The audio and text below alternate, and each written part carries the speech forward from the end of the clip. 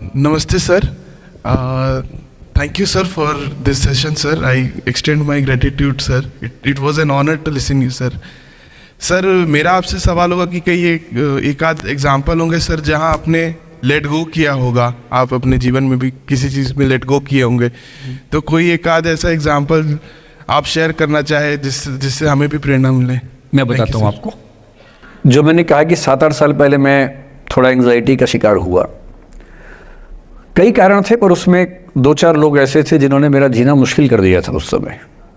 मतलब उन्होंने कर दिया, मैंने करवा भी लिया। अब तो मैं करवाता ही नहीं, तब मैंने करवा लिया था। अजीब किस्म के लोग पीछे पड़ के रात दिन 24 घंटे तनाव देते रहना बिना किसी बात के, कोई वजह भी नहीं थी ऐसी। मैं बड़ा परेशान रहा। फिर बाद में परिस्थितियां बदल गई, मैं ठीक हो गया, मेरी स्थितियां ज़्यादा बेहतर हो गई।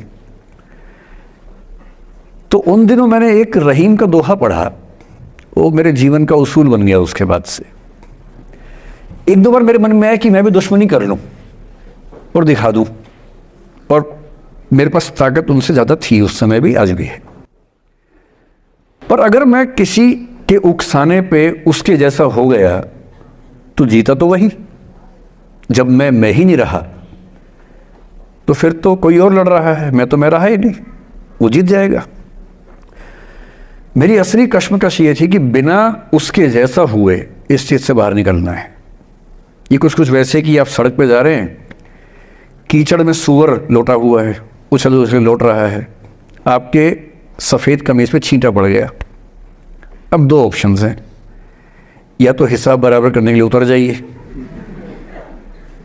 उसको आप कैसे गंदा करोगे, वो तो पहले ही मस्त है उसी गंदगी में, उसका तो स्वभाव है। आपका एक छींटा है, आप पूरी कमीज गंदी कर लेंगे वहाँ जाके। तो सबसे अच्छा क्या है, वहाँ से निकल जाना, लेट गो कर देना। तो मैंने रहीम का एक दोहा अपना सार बना लिया। रहीमन ओछे नरन सो बैर भली ना प्रीति। रहीमन ओछे किस्म के लोगों से ना बैर अच्छा है ना प्यार अच्छा है। काटे चाटे श्वान के दुह भांति विपरीति। कुत्ता काटे तो दिक्कत, कुत्ता चाटे तो दिक्कत। तो मेरा उसूल क्या है, इस तरह के लोगों से ना दोस्ती ना दुश्मनी, ना दिल में ग्रजेस रखने हैं कि हिसाब बराबर कर दूंगा, हरा दूंगा, रखना ही नहीं।